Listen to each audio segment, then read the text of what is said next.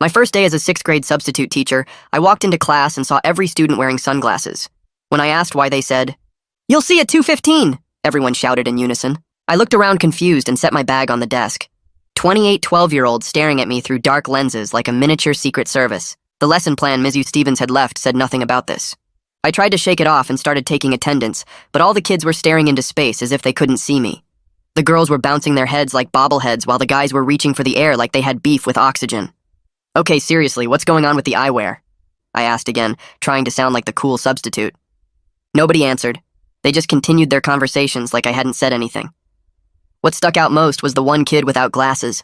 This kid Claxton in the middle row just sat there looking down at his desk. Why was he the only one without them? During my prep period, I found another teacher in the lounge. "Hey, quick question. Why are all the kids in room 203 wearing sunglasses?" "Well, all except one." Mrs. Creamer suddenly became very interested in stirring her coffee. "Oh, that's just a thing they do." "But why, though? And why doesn't Claxton have any?" She grabbed her mug and headed for the door. "Go to the principal about it. I have copies to make." So I did. "Mr. Williams, the kids in my class are all wearing sunglasses except for Claxton, and no one will tell me why." He checked his watch. "Well, as long as they're not disrupting learning, I don't see a problem. But if it bothers you, ask the janitors. He cleans that room more than any other." Then he practically jogged away, saying something about a parent phone call he had to take. At lunch, I was refilling my water bottle when the janitor appeared next to me. This older guy named Fonan, who'd probably been here since the school was built. "You're the sub in 203, right?" he said, without me even having to ask him a word about it. "Yeah. Just prepare yourself for 2:15. And if the nurse tells you to do something, do what she says." I almost facepalmed. "Prepare myself for what? What are you talking about? And why is Claxton the only kid without sunglasses?" But he was already wheeling his cart away down the hall. After lunch, the school nurse knocked on my classroom door. "Thought you might need these." She pressed a pair of sunglasses into my hand. They were the exact kind all the kids in my class were wearing. "I don't understand what's happening. Should I give these to Claxton? He's the only one without any. And what's up with 2:15? "Nothing's up," she said quickly. "And those glasses are for you. Claxton doesn't need them." She was already walking away before I could ask why. I walked back into my class at 2 p.m., where the kids were sniggering and checking their smartwatches. 5 minutes later, my phone buzzed with a call from an unknown number. I stepped into the hallway to answer it. "Is this the substitute in room 203? The voice sounded tired. "Yes?" "This is Amanda Walsh. I was the substitute there last week. Listen, I know this is weird. But when 2:15 comes, just go with it, okay? Just put on the sunglasses and go with it. Can you please tell me what happens at 2:15? She paused for a second. "The kids figured something out that we adults never could. Claxton is the reason for this. Don't try to change it. Don't interfere with it. Just go with it." She hung up. I walked back into the classroom and looked at the clock. 2:12. The kids were getting fidgety. Some were adjusting their sunglasses. Claxton was still the only one without them. His hands were shaking as he pulled out index cards from his backpack. 2:13. Claxton stood up from his seat. He was skinny with curly hair that stuck up in weird places. His hands were already trembling as he walked to the front of the classroom with his index cards. Still no sunglasses. 2:14. The room was dead silent now. Claxton stood at the front looking at his cards. His face was red and I could see sweat beading on his forehead. Every other kid sat perfectly still behind their dark lenses. 2:15. Claxton looked up at the class and started talking. "My presentation is about the water cycle." His voice cracked on the word water. His whole body was shaking. "Water starts as precipitation which falls from clouds." That's when I understood it. Claxton was terrified of public speaking. Beyond a normal kid, nervous. Panic attack level fear. His eyes kept darting around, and every time they did, his voice got smaller and his shaking got worse. But he also couldn't see anyone's eyes. He couldn't see if they were laughing or judging. All he could see was a room full of dark lenses, and all of a sudden his voice was getting steadier. "This is called evaporation," he said. The more he talked, the more confident he became. It turns out that the kids had figured out that if Claxton couldn't see their eyes watching him, he could get through his presentations. I looked around at the other kids. Some had their heads tilted like they were listening. Others were probably not paying attention. But Claxton couldn't tell the difference. As far as he knew, every single person was locked onto his every word. This gave him the confidence to keep speaking. Before I knew it, he was even making jokes which got a few laughs. I looked down at the sunglasses the nurse had given me, then I put them on. But sadly, that was the biggest mistake I could have made. Suddenly, Claxton stopped speaking and turned to me. "I'm not a weird freak, okay?" He ran at me suddenly, as everyone took their sunglasses off. I stood frozen as Claxton ran past me and out the classroom door. His face was red and tears were streaming down his cheeks. The other students sat completely still with their sunglasses now off, staring at me like I had just done the worst thing possible. I pulled off the sunglasses the nurse had given me, and my hands were shaking as I looked down at them. I had broken something important that I didn't understand at all. The room stayed quiet except for a few kids shifting in their seats. Nobody would look directly at me. Index cards lay scattered on the floor where Claxton had been standing. The nurse appeared in the doorway within seconds, breathing hard like she had run from her office. She took one look at the empty space at the front of the room and the cards on the floor, then waved her hand for me to come into the hallway. The student stayed silent as I followed her out. Right before the door closed behind us, I heard Mikey say quietly to the class that everyone should just stay calm. In the hallway, the nurse kept her voice low but firm as she told me that Claxton was in her office right now, and he was safe but really upset. She explained that the sunglasses thing has one main rule that everyone except subs seems to know about. Adults never wear them because it makes Claxton feel like he's being made fun of or pitied. I felt my stomach twist as I understood that my attempt to show support had done exactly the opposite of what I wanted. She said the kids created this system to help him, and when adults join in, it stops being peer support and becomes something that makes him feel like a charity case or a freak. I asked if I could talk to him, and she shook her head. She said he needed space and that other people would handle this now. Jacinta Vega, the assistant principal, came down the hallway a few minutes later. She asked me to write down exactly what happened while it was still fresh in my mind. She was professional but not mean about it, explaining this wasn't about blaming me but about understanding what went wrong so they could help Claxton get better. I walked back into the classroom where students were working quietly on some assignment that someone must have given them. I sat down at Missy Stevens' desk and started writing the report about what I had done. The room stayed quiet the whole time I wrote. The final bell rang and students started packing up their stuff silently. Most of them wouldn't look at me as they filed out. Faye Coleman stopped at the door and said quietly that they knew I didn't mean to hurt him, but I should have asked them first. Her words stung because she was completely right. I had just assumed I understood without asking the people who actually knew what was going on. She left, and I sat there alone in the empty classroom for a few minutes. I finished writing the report and took it to the main office. The sub-coordinator read it quickly and then told me my assignment for tomorrow was in a different wing of the building. There was no judgment in her voice, just the reality that I needed to be away from room 203 while things calmed down.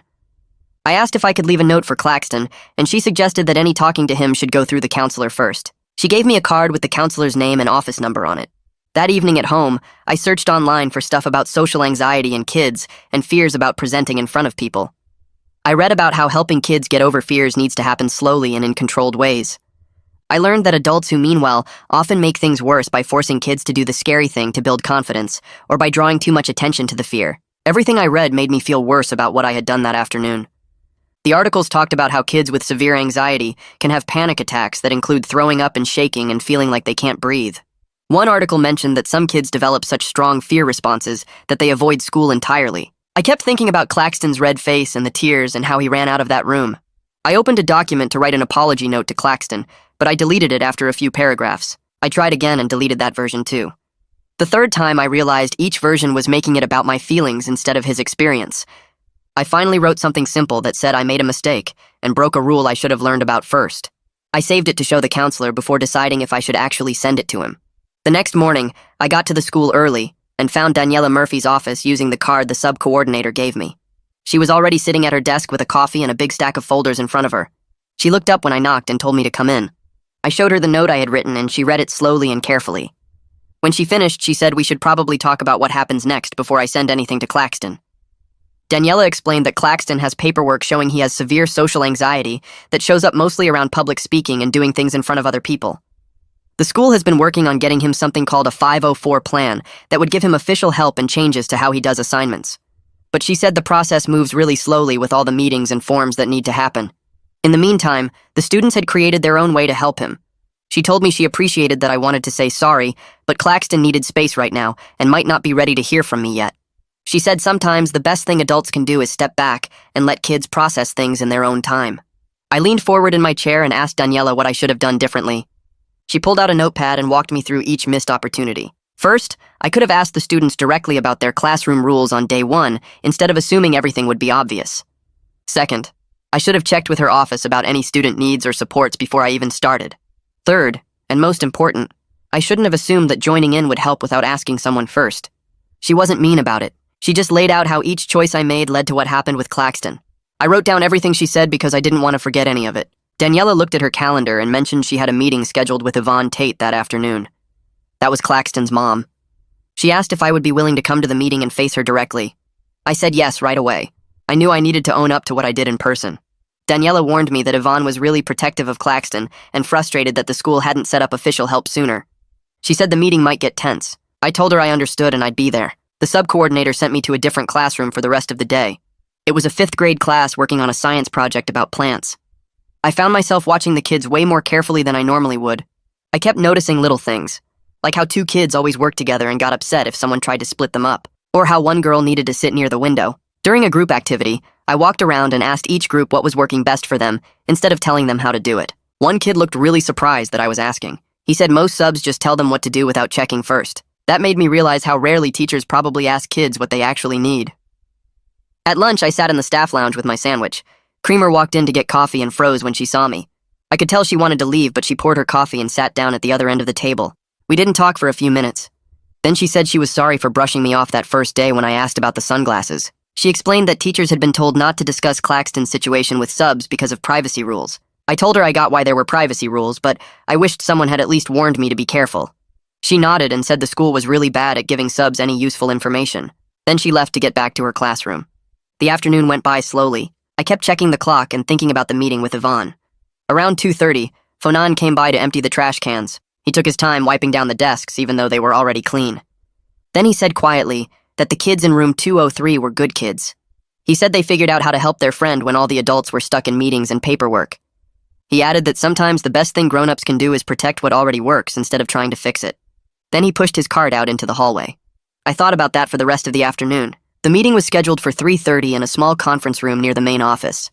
I got there a few minutes early, and Daniela was already setting up papers on the table. Yvonne arrived right at 3:30. She was wearing scrubs and looked exhausted like she came straight from a nursing shift. She shook my hand, but her face was guarded. I could see anger in her eyes when she looked at me. We all sat down, and Daniela started by going over what happened in room 203. She was only a few sentences in when Yvonne interrupted. She said Claxton had been in therapy for 2 years. She explained that public speaking triggered panic attacks so bad that he had thrown up in class before.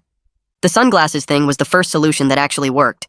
Now she was terrified he would go back to how he was before. Her voice got tight when she talked about how scared Claxton had been yesterday. I waited until she finished and then I apologized directly to her. I kept it short and focused on what I did wrong. I explained that I put on the sunglasses thinking it would help him, but I didn't know there was a rule about adults not wearing them.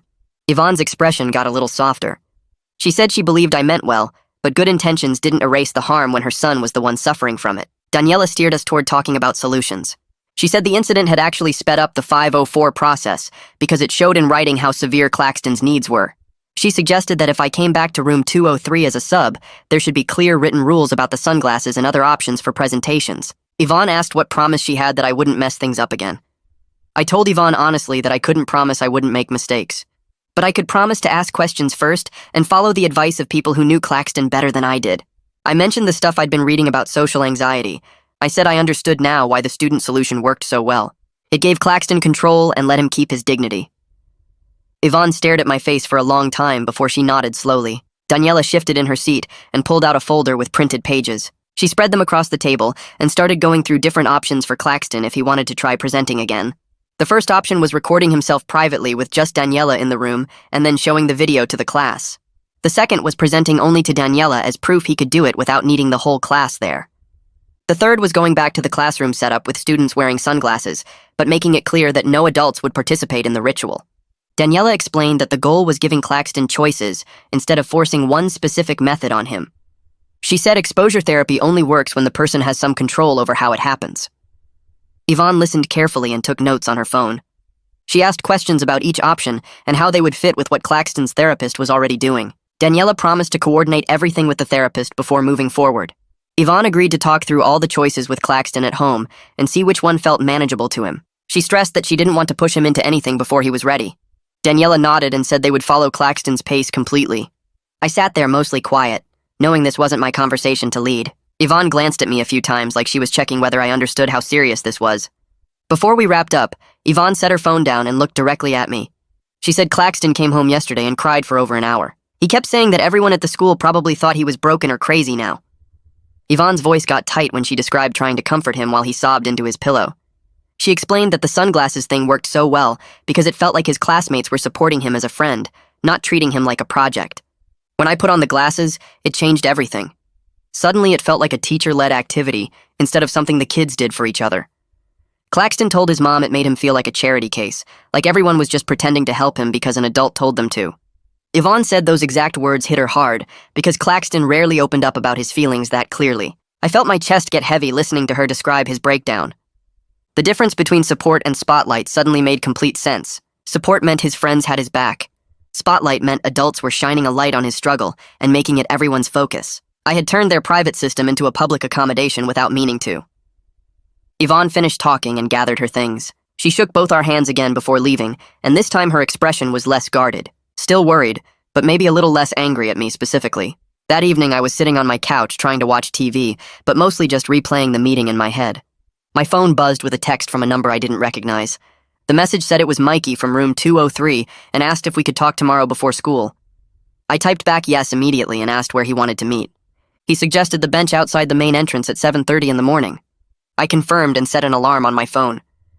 The rest of the evening I couldn't stop wondering what Mikey wanted to tell me.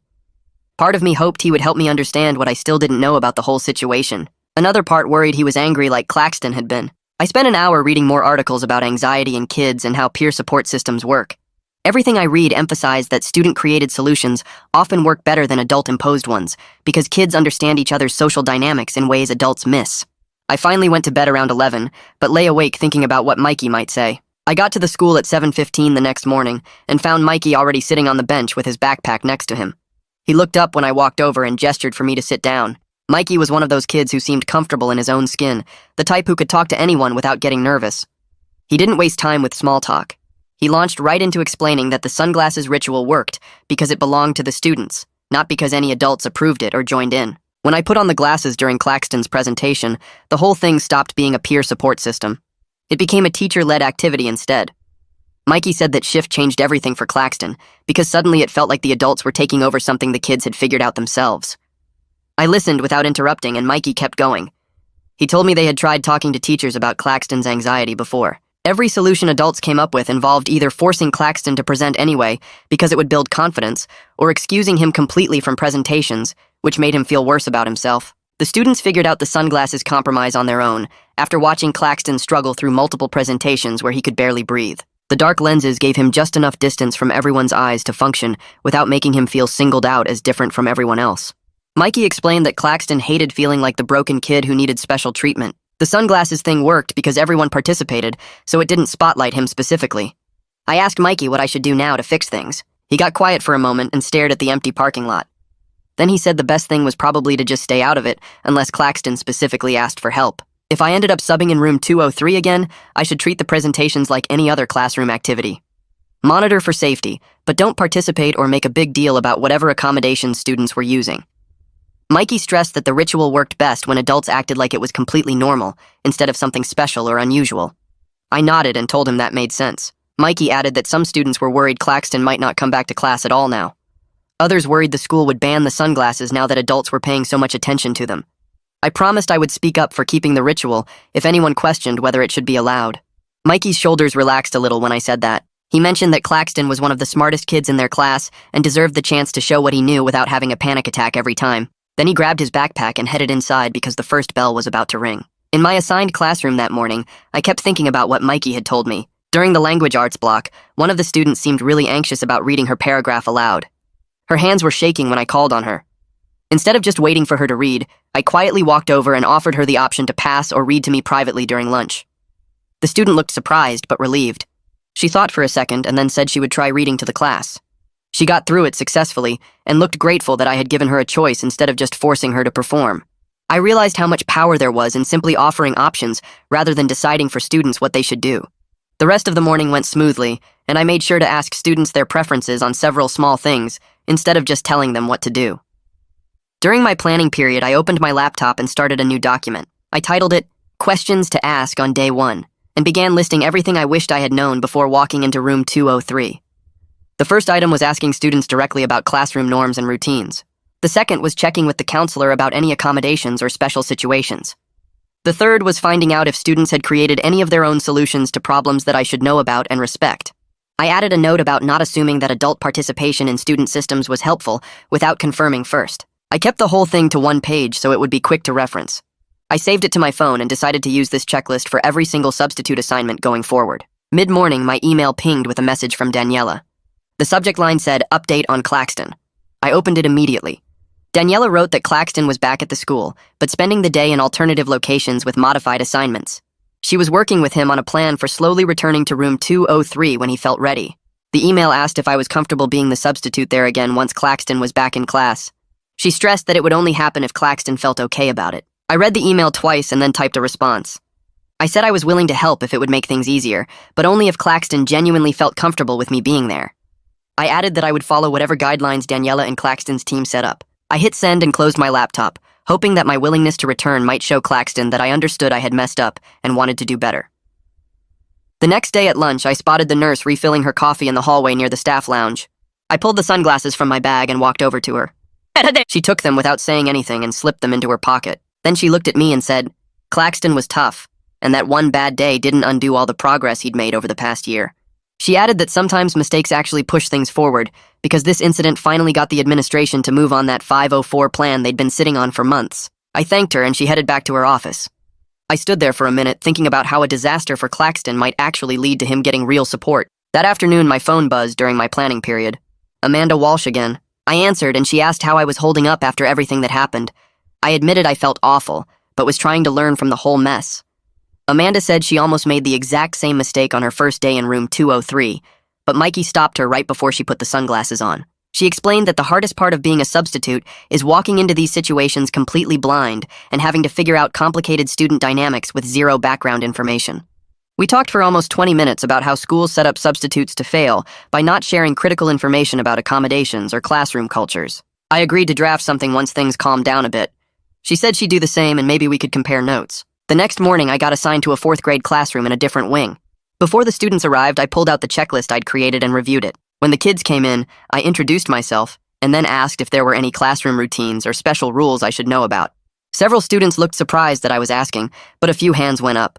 One girl mentioned that their teacher always gave 5-minute warnings before transitions. Another boy said they had a system where anyone could take a break in the reading corner if they felt overwhelmed. I wrote everything down and made sure to follow their routines throughout the day. The 5-minute warnings actually made the transitions way smoother than usual. During lunch, I checked my email and found a message from Daniela with the subject line about Claxton. I opened it immediately. She wrote that Claxton and his therapist had worked out a plan to try a modified presentation next week. He would record his presentation in a private room with just Daniela there, and then the video would be shown to the class. This took away the live performance pressure while still meeting the assignment requirements. Daniela also mentioned that Yvonne had signed all the consent forms to start the formal 504 evaluation process. I felt relieved reading this. I hit reply and asked Daniela if there was anything specific I should or shouldn't do if I ended up substituting in room 203 when Claxton came back. She responded within an hour with clear instructions. Treat him exactly like any other student. Don't bring up the incident. Don't make a big deal about whatever accommodations he's using. The whole goal was to make alternative presentation methods feel normal, instead of like special treatment. That evening after dinner, I opened my laptop and started researching 504 plans and anxiety disorder accommodations. I spent 2 hours reading about presentation alternatives, extended time for tests, permission to take breaks, and other supports that could help anxious students without lowering the actual academic standards. I kept thinking about how much I wished I'd known all this before I ever walked into room 203. The following Monday, the sub-coordinator called and asked if I'd be willing to cover room 203 again. Mrs. Stevens was still out and they needed someone who knew the class. I said yes. When I arrived that morning, students filtered in, and I noticed sunglasses sitting on several desks, but nobody was wearing them yet. Claxton wasn't there, which I'd expected based on Daniela's email about him recording separately. The atmosphere felt careful, but not angry. Faye walked past my desk and gave me a small nod that felt like maybe things could be okay. During the morning announcements, I stood up and addressed the class. I kept it short and direct. I said I'd made a mistake last week by not asking about the classroom rules before jumping in, and I thanked them for the system they'd created to support each other. I promised to follow their lead instead of assuming I knew what was best. Several students looked relieved, and Mikey gave me a quick thumbs up from his seat.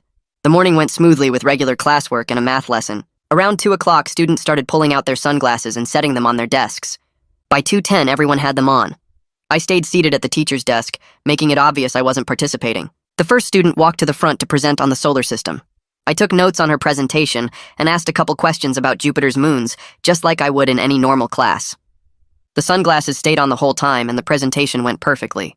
The final bell rang about 10 minutes later, and students started packing up their things. I stayed at the desk organizing the presentation schedule and making notes about who still needed to present. Most kids filed out quickly, but Mikey hung back near his desk like he was waiting for something. Once the room cleared except for him, he walked up to my desk and pulled a folded piece of paper from his backpack. He set it down in front of me and said it was from the class. Before I could ask what he meant, he was already heading for the door with his bag over his shoulder. I picked up the paper and unfolded it carefully. The handwriting was neat and looked like maybe Faye had written it since she always had the best penmanship. The note said thanks for listening and that they knew I was trying.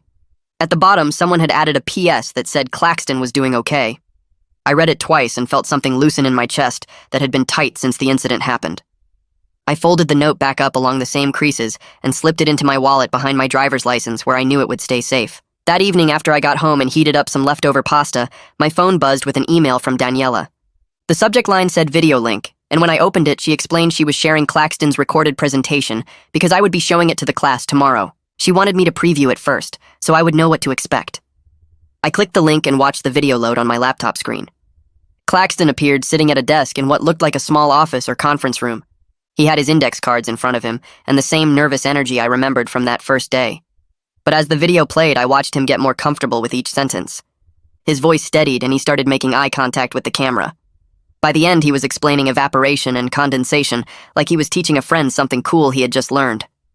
His knowledge of the water cycle was actually really solid, and you could tell he had put serious work into understanding the material. The video was only about 5 minutes long, but it showed exactly what everyone had been trying to tell me. Claxton could do this when the live performance pressure was removed.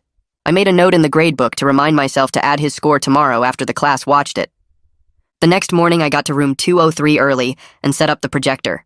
Students filtered in, and I noticed several of them glancing at the blank screen like they knew something was coming. When everyone was settled, I pulled up Claxton's video without making a big announcement about it. I just said we were going to watch his presentation on the water cycle and hit play. The room went quiet as Claxton appeared on screen. Students actually paid attention instead of zoning out like they sometimes did during presentations. A few kids took notes when he mentioned specific facts about precipitation and water vapor. When the video ended, there was a brief pause, and then Mikey started clapping. Other students joined in until most of the class was applauding. I added Claxton's grade to the roster right there in front of everyone and marked it the same way I had marked all the other presentation grades. No special comments or notes that would single it out as different. The message seemed pretty clear. Alternative methods counted just as much as standing up in front of the class. During lunch, I headed to the staff lounge to refill my water bottle and grab the sandwich I had left in the fridge. A man I had not met before walked up and introduced himself as Victor Montgomery. He said he was the school psychologist and part of Claxton's 504 team. He wanted to thank me for being willing to come back to room 203 and follow through on the accommodation plan. He mentioned that a lot of substitutes would have refused to return after what happened, but my willingness to learn from the mistake actually mattered. I told him I appreciated that and admitted I had made a lot of assumptions that first day. Victor nodded and said the current system sets everyone up for potential failure. Substitutes walk into complex situations with zero context, and students have needs that nobody bothers to explain. He said he planned to bring up improved substitute briefing procedures at the next administrative meeting. I pulled out my phone and showed him the checklist I had been working on. It had questions about classroom norms and accommodation needs and student-created solutions. Victor looked it over and said it was exactly the kind of thing that could help. He asked if I would be willing to share it with the administration, and I said absolutely. We talked for a few more minutes about how schools could better support both students with anxiety and the adults who work with them. Victor mentioned that formal accommodations were important, but so was respecting the informal systems that students create for themselves. The sunglasses ritual was a perfect example of kids figuring out a solution that worked better than anything the adults had proposed. That afternoon, Jacinta showed up at my classroom door right before the last period started. She said she was going to observe for the period if that was okay. I told her, of course, and she took a seat in the back corner with a clipboard. Students came in and got ready for presentations just like they had been doing all week. Around 2:10, the sunglasses came out and went on. I stayed at the teacher's desk, making it obvious I was not participating in the ritual. 3 students presented that period on topics ranging from the solar system to the food chain. Jacinta watched everything quietly and took notes on her clipboard. When the bell rang and students filed out, she walked up to my desk. She said she was impressed with how I had handled the recovery process. She mentioned that the way I respected the accommodation without making it weird showed real growth. She said she would be noting all of this in my substitute file. I thanked her and meant it because having that documentation felt important. The next morning during my planning period, another teacher knocked on my door and asked if I had seen the posts going around on social media. She showed me her phone where someone had screenshot a vague post about a substitute teacher who bullied a student with anxiety. The post did not name anyone specifically, but the details made it pretty clear it was about what happened in room 203. My first instinct was to pull out my phone and defend myself publicly. I wanted to explain what actually happened and how it was a mistake, not intentional harm, but instead I pulled up Daniela's contact and sent her a text asking how I should handle it. She responded within 20 minutes and said not to engage with social media speculation at all. She explained that student privacy laws prevented me from discussing specifics and that responding would probably make things worse anyway. She said she would address the situation by talking to student leaders about the importance of not spreading partial information about sensitive situations.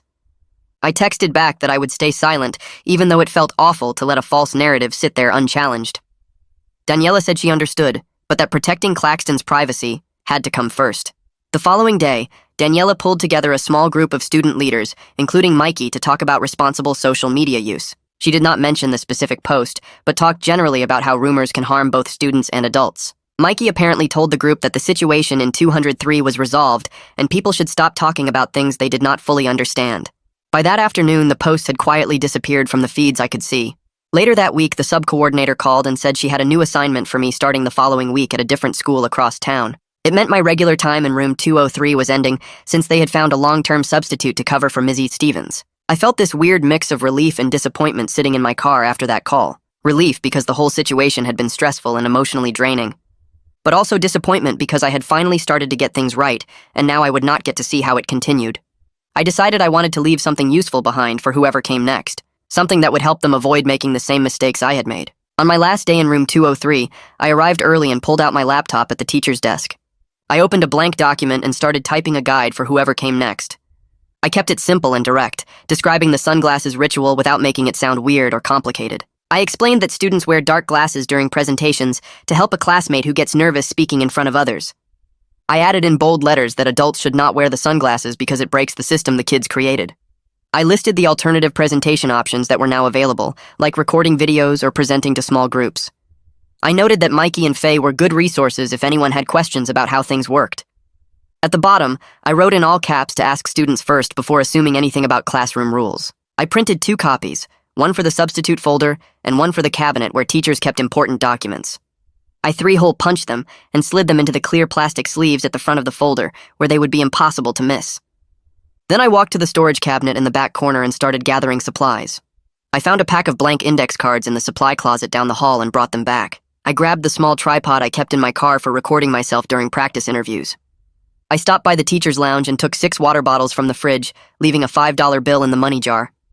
I arranged everything neatly on the middle shelf of the cabinet where students could reach it easily. I wrote labels on sticky notes and attached them to each item explaining what they were for. Index cards for presentation notes, tripod for video recordings, water bottles for anyone who needs a break. I stepped back and looked at the setup, making sure it looked helpful instead of controlling. Faye walked in early for class and noticed me organizing the supplies. She came over and looked at what I was doing, reading the labels I had written. She smiled and said that was actually helpful, which made me feel like maybe I was finally getting something right. I thanked her and told her the supplies were for everyone to use however they needed. She nodded and went to her desk without making it into a bigger conversation than it needed to be. Before the first bell rang, I sat down and wrote a note to Miss Stevens on the yellow legal pad from her desk drawer. I explained what happened with Claxton and the sunglasses ritual. I apologized for the trouble my mistake caused and described the new plan that Daniela had put together with different presentation options. I mentioned the guide I left in the substitute folder and the supplies in the cabinet. I told her that her students were amazing problem solvers who had figured out how to help their friend when adults were still stuck in meetings. I kept the note to 1 page because I did not want to overwhelm her when she came back from whatever family situation had kept her away. I folded the note and put it in a folder along with copies of my checklist and the classroom guide. I left everything in the center of her desk where she would see it immediately. The day went normally with students working on their assignments and nobody mentioning what had happened. When the final bell rang and students filed out, several of them said goodbye to me by name, which felt like a small sign that things were okay between us. I packed up my things and took one last look around room 203 before heading out. That evening, I was making dinner when my phone buzzed with an email notification. I wiped my hands on a towel and opened it to see a message from Yvonne Tate. The subject line just said thank you. The message itself was short and to the point. Daniela had told her that I had been respectful of Claxton's space and supportive of the new plan with different presentation options. She thanked me for being willing to learn instead of just defending myself. She said Claxton was doing better and his 504 meeting was scheduled for next month. I read the email 3 times, feeling relieved that she was willing to acknowledge that I had tried to make things right. I hit reply and kept my response just as brief as hers had been. I thanked her for the update and said again that I was sorry for what happened. I told her that Claxton's classmates were amazing advocates and that I had learned more from them than from any training session I had ever sat through. I said I hoped the 504 meeting went well and that Claxton got all the support he needed. I meant every word of it. I sent the email and went back to cooking, feeling like maybe I had closed that chapter as well as I could have. The following week, I started a new assignment at a different school across town. On the first morning, I pulled out my checklist before the students even arrived. I read through the questions I had written and made sure I was ready to actually ask them, instead of just assuming I knew how things worked. When students came in, I introduced myself and then asked them directly about classroom rules and routines I should know about. A few students looked surprised that I was asking, but they started sharing information about how their teacher ran things. I asked if anyone had accommodations or special needs I should be aware of, making it clear I was there to support whatever systems already worked. One student mentioned that their teacher always gave warnings 5 minutes before switching activities. I thanked him and made a note to do the same. I checked in with the counselor during my prep period and asked if there were any students I should know about in terms of anxiety or other needs. She appreciated that I asked and gave me some general guidance without breaking privacy rules. The whole week went smoothly because I had started with questions instead of assumptions. On Friday afternoon, I realized how much easier everything was when you took the time to learn first. The next week, I drove to the district office to pick up my paycheck. I was walking across the parking lot when I saw Fonan loading cleaning supplies into his truck. He waved me over and we stood in the sun talking for a few minutes. He said room 203 was back to normal and that Claxton had done a presentation to a small group the previous week using the sunglasses system. Fonan told me the other kids were really proud of their friend for not giving up after what happened. He said it took guts to keep trying when something scary had happened. I asked if Claxton seemed okay, and Fonan said the kid was doing better, taking it one step at a time. We talked for a few more minutes about nothing important before he said he had to get going. I thanked him for all the warnings he had tried to give me that first week, even though I had not understood them at the time. 2 days later, Amanda called while I was grading papers at home. She asked how things were going, and I told her about the checklist and classroom guide I had made. She got excited and asked if she could use the same tools for her assignments. I told her I would email everything to her right away. We started talking about how many substitute teachers probably walked into complicated situations without any preparation or support. Amanda suggested we start a group where subs could share strategies and warn each other about tricky classroom dynamics. I loved the idea and said we should reach out to other substitutes we knew. She said she would start making a list of people to contact. We talked for almost an hour about different scenarios we had faced and how we had handled them. By the end of the call, we had sketched out a basic plan for monthly meetings where substitutes could swap stories and advice. 3 weeks after the whole incident with Claxton, I got an email from Daniela with the subject line saying good news. I opened it immediately and read that Claxton's 504 plan had been approved by the school district. The plan included multiple ways to do presentations, extra time for assignments, and access to the counselor's office whenever he needed a safe space. The plan also officially recognized the sunglasses ritual as a real accommodation that teachers and staff had to respect and protect. Nobody could ban it or mess with it anymore because it was now part of his formal support plan. I felt genuinely happy reading about all the options Claxton would have going forward. Daniela's email continued with more details about how the process had worked. She thanked me for being part of what led to this outcome. She said that while the incident had been really hard for everyone, it created the paperwork and urgency that the school system needed to finally push the 504 plan through all the approval steps. She explained that sometimes it takes something going wrong to make the adults pay attention and do what they should have done months earlier. She told me that Claxton was slowly getting more comfortable with presentations and had recently volunteered to present to half the class instead of just a small group. She said that was huge progress for him and showed how much the formal support plan was helping. I wrote back right away to tell Daniela how happy I was about Claxton's progress and the protection for the sunglasses ritual. I asked if it would be okay to send congratulations to Claxton, and she said she would mention it during their next meeting. She added that the school was now working on better ways to brief substitute teachers based on recommendations from several staff members who had seen what happened. I closed my laptop feeling like something good had come out of my mistake, even though I wished I had never made it in the first place. I wrote back to Daniela right away, telling her how happy I felt about Claxton getting the support he needed and how good it was that the sunglasses ritual now had official protection. I asked if it would be okay to send congratulations to Claxton, or if that would make things weird. Her response came back within an hour saying she would mention it during their next check-in meeting, but that direct contact from me probably wasn't the best idea yet. She added that the school was working on new procedures for briefing substitute teachers, using recommendations from several staff members who saw what happened in my situation. Reading that made me feel like at least my mistake had pushed the school to fix a bigger problem with how they prepared subs for complex classroom situations. A month passed before I got another call about room 203. The sub-coordinator called my cell phone on a Tuesday morning, asking if I could cover for Mizzy Stevens, who had a family emergency. She specifically said she was requesting me because I already knew the classroom culture and the students. I agreed and drove to the school, wondering how it would feel to be back in that room. When I arrived and opened the substitute folder on the desk, I found the classroom guide I had created still sitting there. Mrs. Stevens had added notes in blue ink throughout the document, including details about other students who preferred certain presentation methods and which kids worked well together for group projects. Seeing my guide expanded and improved like that felt good, like I had left something useful behind.